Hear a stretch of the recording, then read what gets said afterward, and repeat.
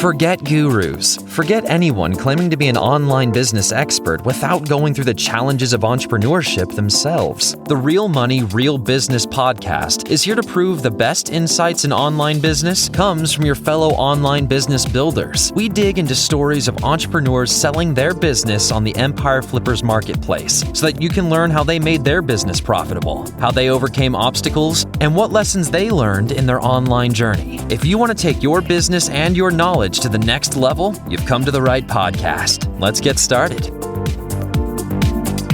Hello everyone, Craig here with another great business to discuss on this episode of the Real Money, Real Business podcast. Today's guest is Kwang, and he's selling his dropshipping business on the Empire Flippers marketplace. So welcome to the show, Kwang, and how are you doing today? I'm doing very well. Thank you for the introduction, Craig. My name is Kwang, but you can also call me Andrew. Okay, I'll call you Andrew from now on, no problem at all. I'm looking forward to talking about your business. But before we dive in, let's go over a brief summary of the business. So it's a dropshipping business in the equipment niche created in April 2019. The average monthly revenue for the business is $99,351, and it makes an average of $14,091 net profit each month. For everyone listening, you can visit empireflippers.com/marketplace and search for listing 49916 to learn more about the business, or you can unlock this listing to start your due diligence if you're interested in purchasing this asset. So now that I've given a general overview of the business, let's have a look at what's included in the sale. We have a domain including all site content and files, an email list with over 2,500 subscribers, supplier contracts and relationships, and social media accounts for Facebook and YouTube. Okay, Andrew, now let's hear from you. Can you tell us a little about your background in building and running online businesses? Yeah, for sure. I would love to tell you more about myself and also the business. Since I was small, I'm always very passionate of having my own business. And then I was buying something on Alibaba and flipping it on Craigslist for the price back when I was in high school. So I guess that was the beginning of my online business journey. However, it didn't go so well. And then I opened a low-ticket item dropshipping that's sourcing from AliExpress, making some success here and there, but I noticed the dynamic of that business changing so quickly. It's not sustainable due to multiple reasons: no reputable suppliers and long wait for the shipping time to the customer. Then one day I was listening to a podcast, and then I found a course that teaching a high ticket dropshipping, and that was exactly what I was looking for. It teach me to get a US based suppliers and the shipping super quick to the customer to 8 business days, and supplier warehouse and support, they all in the US. That makes sure the quickest solution to any of the customer problem. It just really interests me to open a high ticket dropshipping store because I would love to serve the customer better. I don't want the customer to wait for 2 months, just like how the customer waiting in the low ticket dropshipping website. Then I opened my first store. It was a fail. Then I opened a second store. It's also a big fail. And then the third time a charm, I opened this store with all the experience I learned from the previous 2. And I give this store all my best and grow it to over 7-figure revenue. So that's a little bit background of myself and also my business.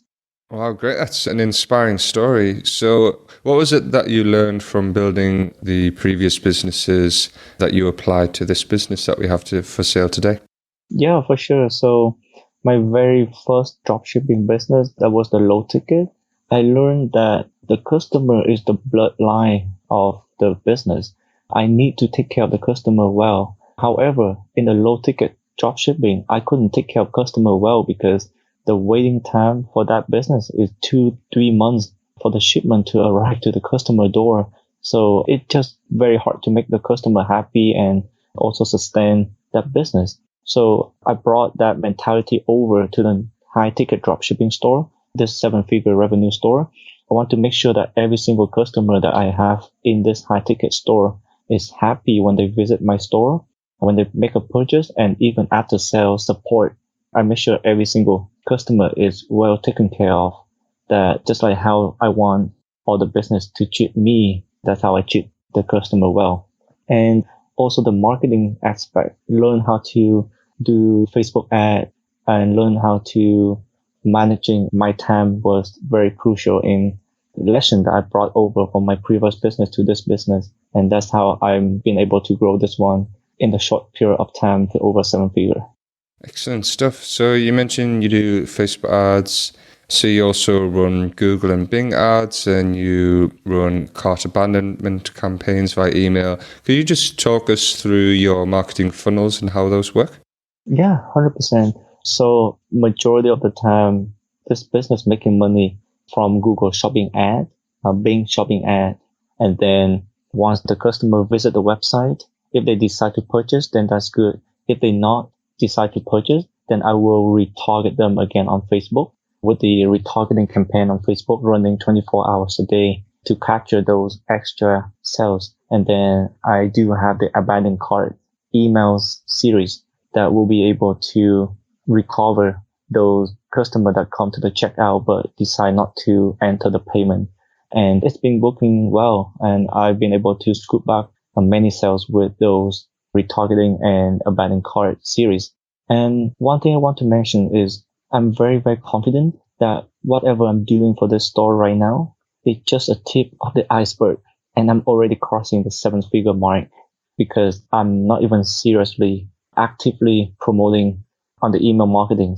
So I just have the basic email marketing setup and have not even touched the real powerful potential of the email marketing and also other marketing channels that potentially can bring a lot more sales.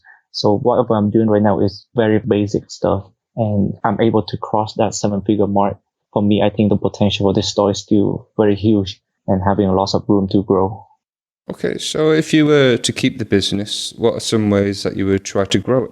I would love to tell you, like, if I'm still keeping this business, for me, it's not hurt for me to keep a business too. I love to keep the business too. However, there's two options I have to make right here. One is I can have a sustainable monthly income from this business. However, from my goal right now, that would take me so long to save up enough cash to actually fulfill my mom's dream, which is owning a house in Vancouver, Canada right here. It's crazy expensive. So to have a monthly income is nice. However, it's just going to take longer time. So back to your questions. If I continuing to have this business, this other thing that I would do, I would start to blogging every week. That will help a lot to educate the customer. That will help a lot with the SEO ranking. So will be more free sales from SEO. I will write a custom product descriptions for my store. So that will make the store become more unique. I will focusing on the email marketing more. I will have a weekly or monthly newsletter sent out to all my subscribers and also having the upsell email marketing campaign to get more revenue from the existing customer. I would buy the product myself because I can hire someone locally or myself to do a custom video review of the product. And this product is nice. So even though you buy it for the review, you can keep it for yourself too. And it's going to be lots of benefit for yourself, even though you decide to keep the product. So I will make a custom review video. I will do the look-alike audience targeting on Facebook of all the buyers that already buy on my website. Also on Facebook, I will do the cold traffic targeting as well. I haven't even touched that part yet. I haven't even been active on social media at all. And I'm still be able to pull this huge number and be more active on YouTube, be more active on Instagram, more active on Facebook, even on Twitter, even on Pinterest. There's still a lot of places that I have not even had the chance to go through. And I will optimize my Google shopping ad even further because there's 1,000 ways to optimize the Google shopping ad, but my knowledge is very limited. If I want to learn more, I have to actually take in more courses and to be able to actually optimize the Google ad more to a cheaper sales, get a higher conversion rate. The next thing I would do is I would get more suppliers. There are still a tons of suppliers out there that I just recently checked again, and it's just so many suppliers out there. So the product lines can be expanded even further. I can expand to some related niche. It doesn't need to be this niche, but some related niche in the same category that can be added to the store. So to make this one become a mega store. Oh, one thing very funny is I don't even do customer service on phone. When the customer call me, they would direct to the voicemail message and for them to leave a voicemail. So I don't have any VAs working for me to take care of the customer service. So if the next owner of the store can have a VAs that can take care of the customer on phone and then close the sales on phone, the revenue definitely going to go up so much higher. And I will add more upsell and downsell on the product page, on the cart page, and even after checkout, I will upsell and downsell the customer to get more revenue from the same customer. And currently I'm offering a free gift for every order. That free gift would cost me about $19 to $25 per customer. So if the next owner can find another free gift for a cheaper price, that would definitely adding more revenue as well. And one thing I always wanting to do, but I was lazy, which is having a press publication that you can have the badge of a big, just like Fox News, CNN News, NBC News on your store. So that would add more layer of trust for the customer. So the conversion rate will go up. And that's just a few things that I can think of on top of my head. And the next thing may be optimizing the website more to make it look more modern, look better, and look nicer, look more beautiful. Upgrade a Shopify plan to a higher plan to save on the Shopify fee per transaction. That's actually going to help to increase the profit margin over the long term as well. And optimize some Bing ads and optimize the Facebook ad. It's so many things that I can think on top of my head right now. And the potential is just huge. And that are the things that I would do if I'm still the owner of the store. Absolutely, yeah, some great stuff there, and I totally agree. There's plenty of potential for this business for the way you set it up for growth, especially with advertising campaigns. There'll be all that data there and how the marketing funnels are set up and all the areas of the business. So that's yeah. And can I add one more thing? It just popped out in my head, which is I have not even touched seriously in the SEO part too. So SEO gonna be a huge thing to improve on, to get some free sales, just organic sales that without any ad. So that's one thing that I want to improve on as well. Absolutely, yeah. Diversifying your traffic channels is always a good idea. So, yeah, excellent stuff. As for the day-to-day work on the business, what sort of work do you do on this site for maintenance? So every single day, I'm working probably about an hour and a half to 2 hours a day. And it's only myself. I don't have any VA or assistant or anyone that help me on this business yet. Definitely, if I hire someone, I can free up a lot of my time. So every day I spend about an hour and a half to 2 hours to first answer customer emails. Second, fulfilling orders. Third is to ordering a new order for the customer that order on that day. Just sending the order to the suppliers. And the fourth thing would be just take a look over at my ad campaigns to see what things that I can improve on, which product I can improve on, and which metric I can improve on. So that pretty much my daily routine on this business. So just repeat and rinse and repeat every day, that 4 or 5 things for an hour and 2 hours a day. And what skills or requirements do you think there are for someone who is not familiar with this niche or business model? So for the niche, you don't need to be an expert. You don't need to be knowledgeable, because when I first start this business, I know absolutely zero about this niche. So every time if the customer asking me any question that I don't know, I would be just like, hey, thank you for reaching out to us. I have sent this question to my manager for the answers. I will get back to you when he's get back to me. And at the same time I send that email, I will send the request email to my supplier asking the same question that the customer asking me. And then the next day or a few hours later, the supplier answer me, and then I just copy and paste that answer to the customer. So it does not require anyone to be an expert or knowledgeable in this niche, because it's very, very simple. And after 1, 2, 3, 4, 5 questions that you answer for the customer, you just have those answers in your mind, and then you will be knowledgeable. The niche is very, very simple to understand. It's not a complicated, huge 5,000 tons machine. So it's very, very easy. You don't need any technical skill as well. So it's very easy to catch up with the knowledge of this niche. For the business model, it's the dropshipping model. So For myself, there is no other type of business can be more simple than dropshipping.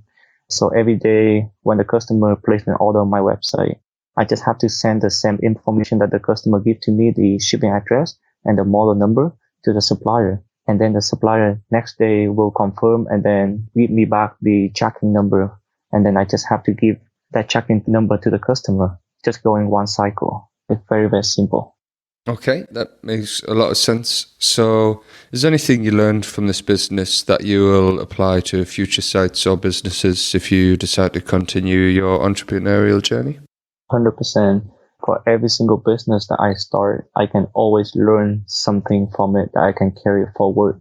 Especially on this business, the online marketing skills is huge, and also providing a deep care for your customers are the two main assets that I can bring toward my future business. It's not limited to dropshipping business for futures, but for any type of business.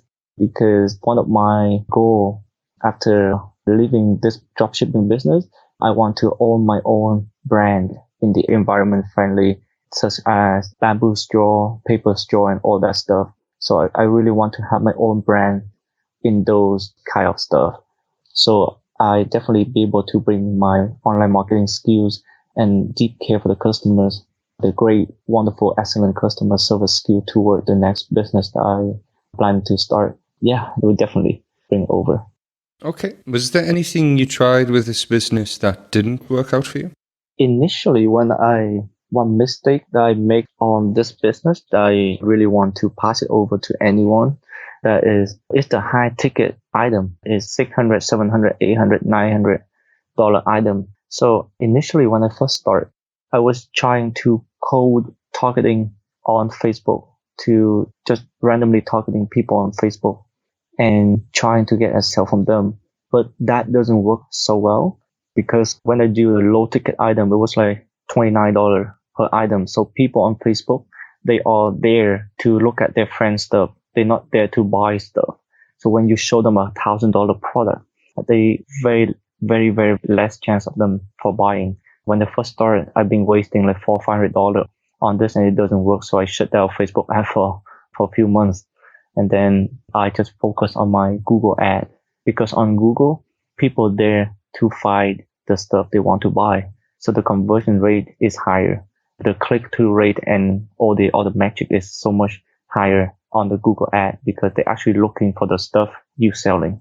So that was one thing that I learned that is different when doing high ticket dropshipping, is the focus on Google more, because that's where the people are actively looking for the product you're selling. Absolutely. Yeah, that's some great insight. Good for a buyer to know with Facebook what worked and sort of what didn't work for your business. So overall, what do you think are the biggest risks with this business that a buyer should be aware of? I think the biggest risk for the store, I don't see any really real potential risk. But for the business itself, is maybe those big brands after the pandemic, they noticed that online is the new way of getting sales. So they will be getting online and advertising online more. So potentially that will drive up the advertising cost. And it drives up advertising cost, it's just going to drive down your profit margin.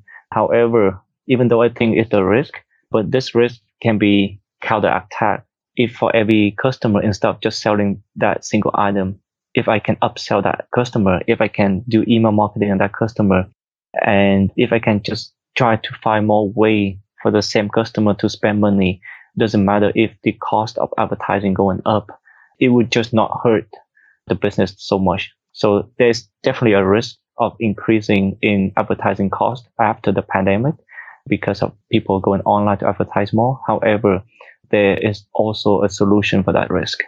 Absolutely. Yeah, that's a fantastic way to think about that. So we've covered a lot. Today you've talked about many opportunities offered to grow this business, but just to summarize everything for a buyer. So putting yourself in the shoes of a buyer, why do you think this is a business worth buying?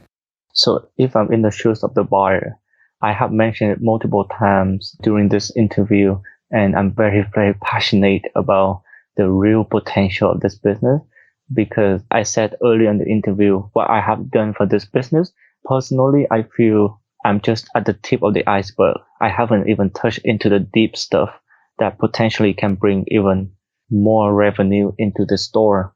If you remember earlier, I mentioned a bunch of things that I would do if I'm continuing to own the business. And if I start to implement those strategies into this business, 7-figure mark is just a start. It's not the end. So my exit of the business is just a start for the next person that can grow this business to maybe 8-figure, I don't know, 9-figure, I don't know. It's just, for me, I think it's still a huge potential to grow because of how many things I can list out that I have not, or I don't have the ability to do it. Just like I have a very limited knowledge in SEO. I have a very, very limited knowledge in email marketing. I am not good at managing a team. That's why I did not hire anyone to work for me.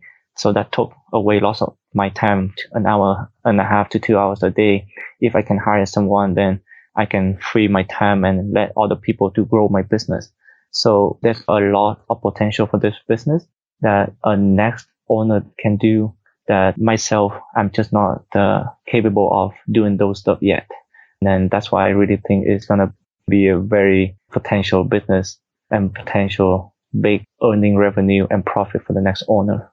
Absolutely. Yeah, I would agree with that 100%. There's definitely a lot of potential here. So regarding the sale of the business, would you commit to a non-compete? 100%. It would be unethical to say that.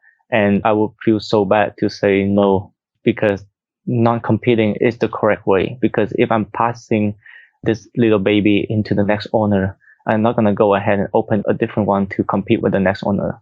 For myself, it's unethical. And I think for the legal part, it's not legal as well. So I agreed to not compete on the category, on the niche of the same niche that I'm having on the store. Okay. And how much support are you willing to offer buyers? Are you going for the standard 30 days of email and Skype support? Yeah, for sure. So the standard for the support is normally 30 days email back and forth. However, I would love to provide an extra support for the next owner to make sure they're smooth and confident of the next owner of the business. Besides 30 days email support, I would love to get on the call with the new owner at the first day and on the 30th day. I would love to offer 2 extra Skype call. Maybe it could be 45 minutes call that I would love to go over at the beginning and then at the end with the new owner to talk about the business and to talk about the potential and or any questions that the new owner is having. I'm willing to provide extra support. Excellent. I'm sure new buyer will really appreciate that extra support to ensure a smooth transition. So are you open to negotiating something like an earnout? I'm open for negotiations, and for the earnout, it depends on how we structure it. Because as I mentioned earlier, I'm selling the store is to do 2 things: to fulfill my mom's dream of owning a house in the expensive city in Vancouver, Canada. It's so beautiful here that we don't want to leave the city. That require a good chunk of cash. And also the second part is to open my own brand of the eco-friendly, environmental-friendly paper straw, bamboo straw. So I'm willing and accept negotiation. And for the earnout, I'm open to listen to how we structure the deal as well. Okay. Is there anything else you'd like to share that I might have missed? I think everything I want to share is been asked. So if you have any more questions for me, I would love to answer for you, or same as the potential buyer. If they have any questions for me, I'm here. I'm available to share everything related to business. Any questions that they have, I'm always here to assist. Brilliant. Well, thank you very much for your time, Andrew. It's been great talking to you. Thank you, Craig. All right, everyone. Thanks for listening. To learn more and see if this listing has already been sold, head over to empireflippers.com/marketplace and search for listing 49916. If you're watching this on YouTube, click the link in the description to go straight to the listing. Once you've unlocked this listing, you'll be given everything you need to know about this business. So until next time, enjoy your digital journey.